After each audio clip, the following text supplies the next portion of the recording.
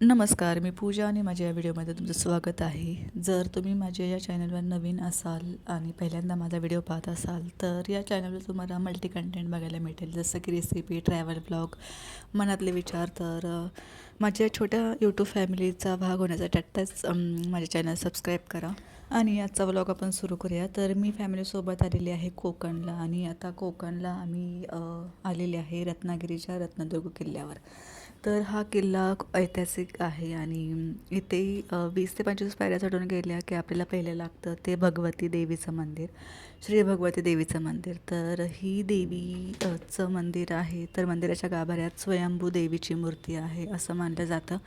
आणि इथून दर्शन घेऊन आम्ही किल्ला एक्सप्लोअर करायला सुरुवात केली. तर हा व्हिडिओ शेवटपर्यंत पहा, कारण हा फक्त एक व्हिडिओ नाही, तर हे एक ऐतिहासिक वास्तू आहे आणि खूप सुंदर व्ह्यू आहे याच्यावर. तर तुम्ही आतापर्यंत आल्या नसाल रत्नागिरीच्या रत्नदुर्ग किल्ल्यावर, तर माझ्या व्ह्यूने हा किल्ला पहा, माझ्या नजरेतून हा किल्ला पहा, आणि नक्कीच रत्नागिरीला कोकणला आला तर नक्कीच या किल्ल्याला तुम्ही व्हिजिट करा. तर दर्शन करून आम्ही किल्ला एक्सप्लोअर करायला सुरुवात केली.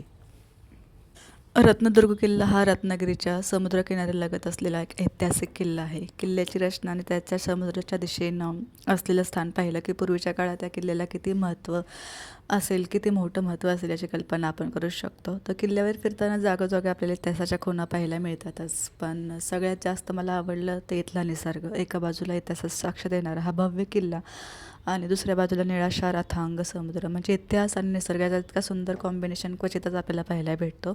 तर आणि या किल्ल्याला भगवती किल्ला आहे असं मानलं जातं, कारण भगवती देवीचं मंदिर आहे या किल्ल्यावर. या किल्ल्यावर अनेक बुरुज आहेत आणि त्यांची स्थिती अजूनही बऱ्यापैकी चांगली आहे. हे पाहिल्यावर एक गोष्ट नक्की जाणवते, पूर्वीच्या काळात किती प्रामाणिकपणे आणि मजबूतपणे काम केलं गेलं होतं, की शेकडो वर्षानंतरही त्या बांधकामाच्या खुणा आपल्याला आजही पाहायला भेटतात. खरंच त्या काळातील कारागिरांचं कौशल्य आणि मेहनत पाहून कौतुक करावं असं वाटतं. आणि अनेक बुरुज आहेत तिथे, त्यापैकी माझा आवडता बुरुज आहे तो मी तुम्हाला नक्कीच पुढे सांगेल. व्हिडिओ शेवटपर्यंत पहा. किल्ल्यावर जसं जसं पुढे जात तो प्रत्येक ठिकाणी एक नवीन व्ह्यू दिसत होता, आणि कुठे समुद्र, कुठे हिरवागार निसर्ग, कुठे किल्ल्याच्या जुन्या भिंती, आणि प्रत्येक पॉईंटवर असं वाटत होतं की थांबावं, फोटो काढावा आणि हा मोमेंट कॅप्चर करून ठेवावा. खरं सांगायचं तर काही व्ह्यू कॅमेऱ्यामध्ये कितीही छान कॅप्चर झाले तर प्रत्यक्षात त्याची ब्युटी काही वेगळीच असते. इथे आल्यावर मला एक गोष्ट जाणवली, ट्रॅव्हल म्हणजे फक्त नवीन ठिकाणी जाणं नाही, तर त्या ठिकाणची हवा, निसर्ग, इतिहासातले छोटे छोटे मोमेंट अनुभवणं आहे. आणि मी म्हटलं होतं की या किल्ल्यावर अनेक बुरुज आहेत, आणि त्यातला माझा आवडता बुरुज होता वेताळ बुरुज. या बुरुजावरून समोरचा दिसणारा समुद्र पाहिला की काही क्षण फक्त शांत बसून तो नजारा बघत राहावा असं वाटतं.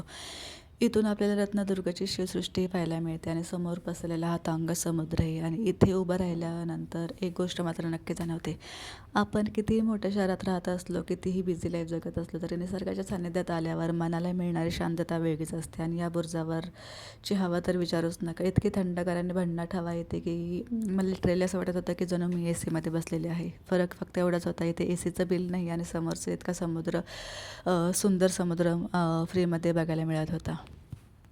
तर हा सगळा सुंदर व्ह्यू पाहत आम्ही तो किल्ला एक्सप्लोअर केला, आणि खूपच छान होता. रत्नदुर्गाचा छोटासा सुंदर एक्सपिरियन्स, भगवती देवीचं दर्शन, किल्ल्याच्या भटकंती, वेताळा बुरुजांसमोर दिसणारा हातांग समुद्र, सुंदर सुंदर नेचर, निसर्ग, हा सगळंच मनात साठवून ठेवण्यासारखं होतं. तुम्ही जर रत्नागिरीला येणार असाल तर रत्नदुर्ग किल्ला तुमच्या लिस्टमध्ये नक्कीच ठेवा, आणि तुमच्यासोबत माझा हा ट्रॅव्हल एक्सपिरियन्स आवडत असेल तुम्हाला तर माझ्या चॅनलला सबस्क्राईब करा, व्हिडिओला लाईक करा, आणि कमेंट करून नक्की सांगा तुम्हाला रत्नदुर्ग किल्ल्यातला कोणता भाग सगळ्यात जास्त आवडला. अशाच सुंदर ठिकाणी माझ्यासोबत फिरण्यासाठी पुन्हा भेटूया एका नवीनमध्ये. तोपर्यंत bye bye, take care, see you.